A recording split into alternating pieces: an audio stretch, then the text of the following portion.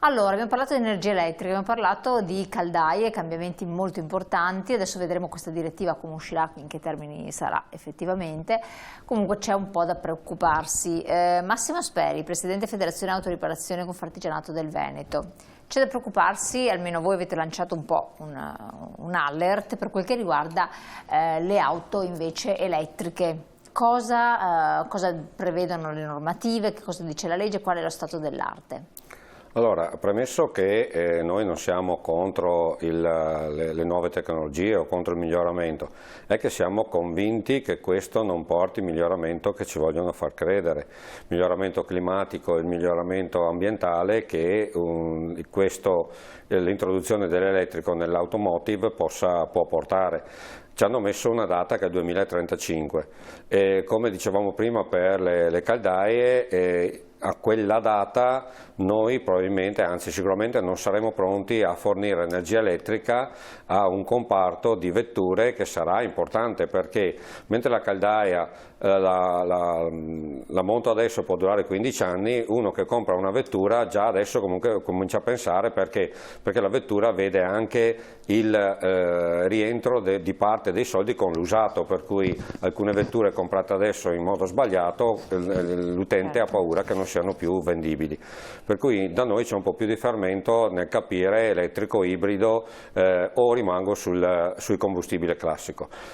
L'auto elettrica sicuramente non porta i vantaggi che ci vogliono far credere, prima di tutto perché il comparto auto è responsabile di una percentuale bassissima dell'inquinamento, sotto il 2%, okay? Per cui direi che sì, qualcosa si può fare anche nell'automotive, ma non con questi risultati eclatanti che tutti si aspettano.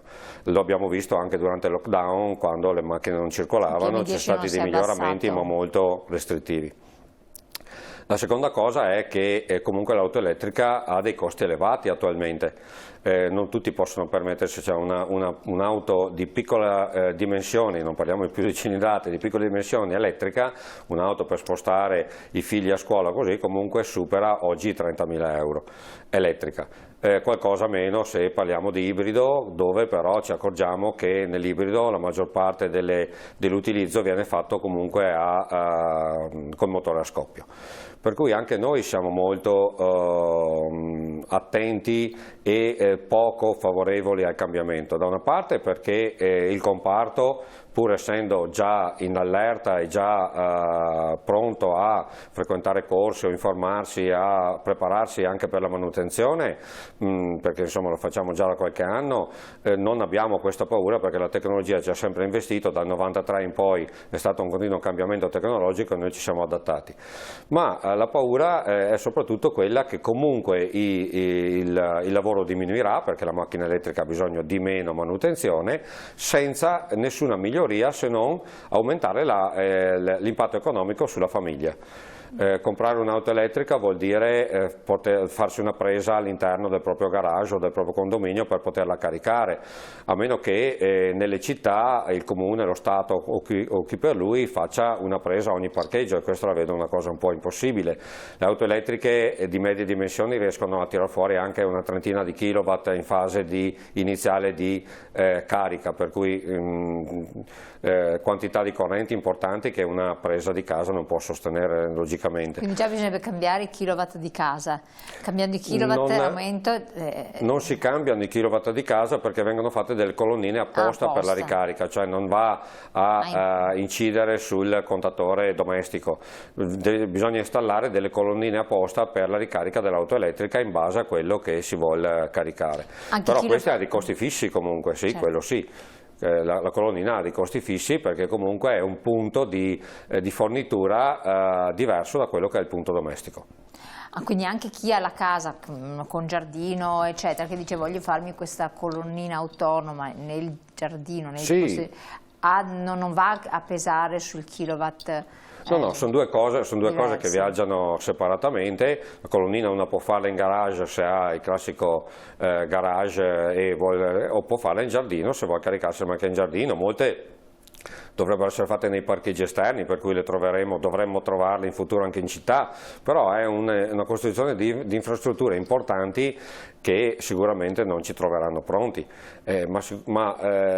Costi di gestione, diceva, cioè nel senso che una volta fatta questa deve essere mantenuta. Questa ha sicuramente un costo fisso, come tutte le nostre utenze hanno un costo fisso, anche se non le utilizziamo, il fatto di averle in casa hanno un costo fisso. Fare rifornimento a un'auto elettrica si può spendere anche dai 25 ai 35 euro, cioè non è che sia dopo gratis, non è che uno non spenda nulla per la ricarica dell'auto. L'energia elettrica per caricare un'auto elettrica costa, per cui anche lì una carica completa va dai 25 ai 35 euro. Cioè non c'è un risparmio, che giustifica il passaggio. Con l'autonomia, cioè 25-35 euro per fare quanto? Che autonomia? Mediamente adesso le auto, quelle che abbiamo a disposizione, arrivano anche a fare 350 km, perché non sono pochi, calcolando che la maggior parte delle persone non fa più di 50 km al giorno, non sono pochi, però nei tratti un po' più lunghi dobbiamo cambiare mentalità. È stato qualche esperimento di qualche giornale comparso pochi mesi fa, Milano-Napoli, con l'auto elettrica si spende circa 75-80 euro in più di un'auto a gasolio e 3 ore di viaggio maggiori, cioè si allunga il viaggio di 3 ore per fermarsi a fare le ricariche, cioè dobbiamo cambiare un po' mentalità. Questo non sarebbe niente o sarebbe sopportabile se il risultato ambientale fosse quello che tutti si aspettano. Non ci sarà. Solo la costruzione di un'auto elettrica è altamente inquinante rispetto alla costruzione di un'auto tradizionale. Inquina 20 volte di più il processo di fabbricazione di un'auto elettrica. Per cui io ho un'auto che mi viene consegnata e nel momento che me la consegnano mi dicono inquinerà molto poco o quasi zero no, perché comunque polveri sottili dalle gomme, dalla percentuale dei freni, anche se i freni sono diversi, però ci sarà lo stesso. Però in fase di produzione ha inquinato quasi come un'auto a gasolio che ha fatto 70-80 mila km, per cui l'impatto iniziale in produzione a livello di inquinamento, molte cose vengono fatte in paesi dove si produce energia elettrica con le centrali a carbone, per cui se guardiamo la mappa del mondo e segniamo gli stati dove questa transazione elettrica è stata diciamo obbligata, è una macchia colorata talmente piccola che a livello mondiale neanche la vediamo. Parliamo dell'Europa rispetto a tutto il resto del mondo, vero? Ma non stanno cercando di fare questa conversione anche negli Stati Uniti, in Cina, in altri paesi, questa conversione elettrica? Allora, la conversione elettrica invaderà, se dopo avrà dei risultati accettabili per gli spostamenti per l'utente, invaderà un po' tutto il mondo. Un discorso è una progressione dell'invasione elettrica, nel senso man mano che io costruisco le infrastrutture, sistemo anche il settore autostradale, ci sono delle autostrade all'estero, soprattutto nei paesi in America così, che viaggiando ricarichi l'auto. Okay, per cui sono delle infrastrutture importanti per permettere l'utilizzo di un'auto senza pensieri, che noi non abbiamo, per cui arrivarci pian piano sì è una bella cosa e sicuramente può essere una cosa utile, abbassando anche i costi dell'energia, facendo impianti, come diceva prima il collega, impianti da fonti alternative, cioè è una cosa che deve essere messa sul territorio pian piano, valutata. Perché obbligarla non solo obbliga noi cittadini a spendere dei soldi per investire sull'elettrico, ma dall'altra parte obbliga chi ci mette questo, diciamo, ci dà questo alto là a fare le infrastrutture, perché sennò noi non riusciamo a muoverci col movimento e con la mobilità che abbiamo ora. Per cui secondo me dovrebbe essere una cosa messa sul territorio pian piano e crescere cioè l'obbligo e la volontà dell'automotive elettrico con le infrastrutture, cioè crescere insieme. Certo, le so che non mi viene in mente, ma i mezzi pesanti?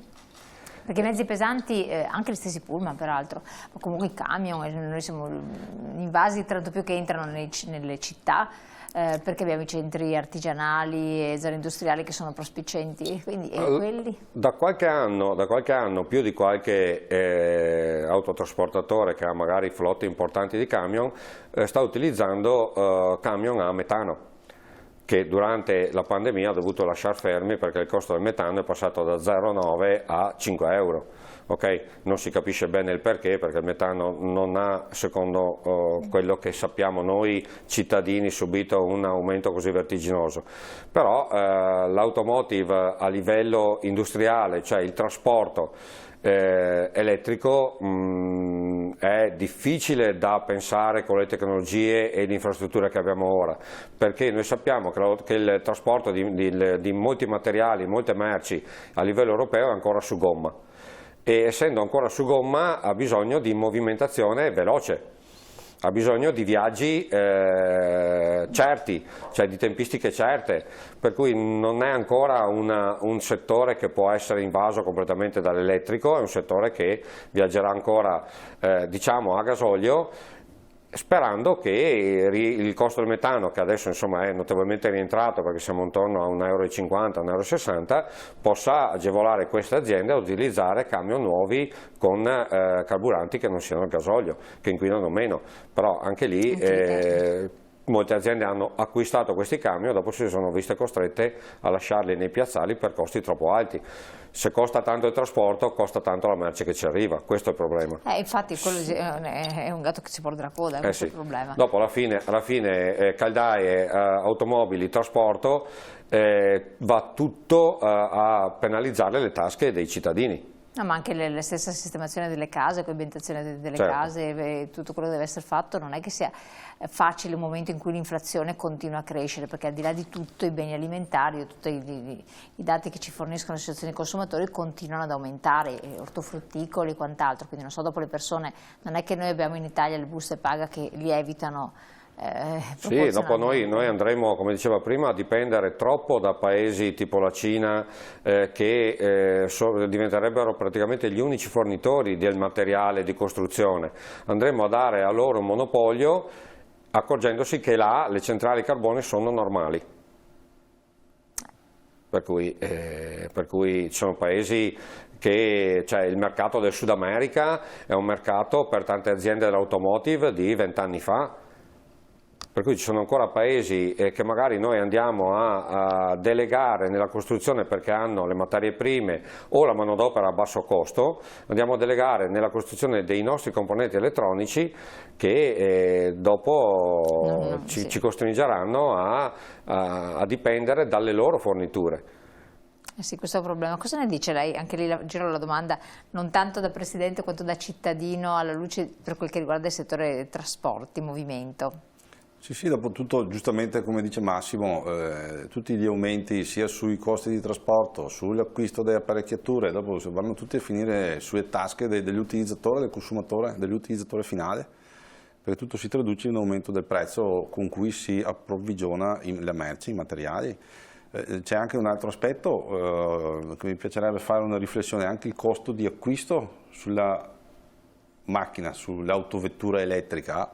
La stessa autovettura con motore termico ha un costo, col motore elettrico ha un costo nettamente superiore, e questa è una faccenda inspiegabile, perché come componenti, come tecnologia che sta all'interno di questo involucro che ci porta in giro è nettamente inferiore, non c'è il motore termico di fatto, e com'è che invece costano sensibilmente di più? Allora, secondo me attualmente costano molto di più perché la produzione è ancora, per la maggior parte è ancora il termico, perché se pensiamo all'ibrido, ad esempio, nell'ibrido c'è un termico, alcune vetture adesso stanno uscendo con tecnologie ibride che non sono più quelle che abbiamo visto fino adesso, cioè il motore a scoppio mi fa funzionare dai 50-60 km/h in su, per cui se io abito fuori città vado quasi sempre con motore a scoppio, mentre nei percorsi uscendo dal garage, nei percorsi brevi vado col motore elettrico. La tecnologia adesso che si sta applicando è quella di avere il motore termico che funzioni solo come generatore, per cui viaggiando allo stesso regime, non subendo gli sforzi, accendendosi solo nel momento in cui c'è la batteria, logicamente le emissioni sono nettamente inferiori. Quella potrebbe essere una buona alternativa per non avere l'ansia del viaggio e per avere comunque la possibilità di utilizzare l'elettrico il più tempo possibile. sostenibile, però logicamente sono tutte cose che stiamo vedendo adesso. Tu parlavi dei costi, un'utilitaria, una piccola macchina completamente elettrica arriva a 35.000 euro, la stessa macchina a motore a scoppio ne costa la metà. Per cui sicuramente quello è un problema. Dicevamo prima, non potranno più comprare la casa, ma non potranno neanche più comprare l'auto.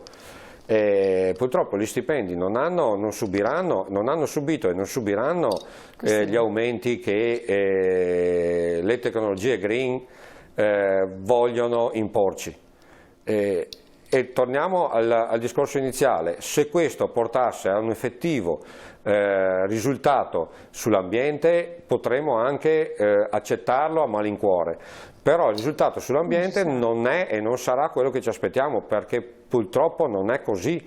Perché noi pensiamo a casa nostra, ma io posso fare la differenziata a casa mia, avere un giardino ben curato, la raccolta rifiuti perfetta, ma se tutti i vicini ammucchiano la spazzatura nello stesso secchio, la mia raccolta differenziata non ha senso. Per cui è per quello che dico dovrebbe essere un'espansione mondiale lenta ma mondiale, dovrebbe essere arrivare sul mercato a prezzi abbordabili. Perché non fanno delle auto piccole da città elettriche che costano poco?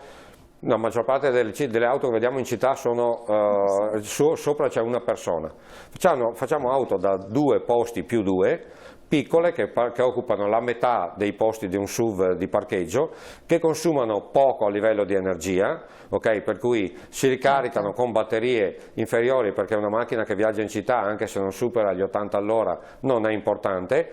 E invece vanno macchine sempre più grandi, sempre più grosse. Mettiamo un'utilitaria a fianco di un'utilitaria degli anni 80, sono grosse il doppio. Occupano il doppio del parcheggio, consumano di più perché il peso c'è, hanno ruote che sono larghe 3 volte tanto, per cui producono più polveri sottili, per cui ci vogliono imporre una tecnologia verde, una mentalità green, quando in realtà stiamo andando all'opposto con le dimensioni, con i consumi, con i pesi. Un'auto elettrica pesa oltretutto. Per cui ci sono tante cose che non sono ancora ben definite e che all'utente non sono ancora molto chiare. Quello che vedo io oggi da autoriparatore è che uno che deve sostituire una vettura entra quasi nel panico, non sa cosa comprare. Elettrico, rimango sull'auto a benzina perché il diesel me lo stanno penalizzando ovunque, prendo un'auto elettrica, cosa prendo per poter dormire tranquillo per 10 anni? Esatto, perché ragioniamo anche in questi termini, assolutamente. Questa è un po' la domanda che si fanno tutti. Poi le diceva, insegna anche nelle scuole, anche lì. Sì, io al mattina faccio l'insegnante in una scuola professionale logicamente del mio settore.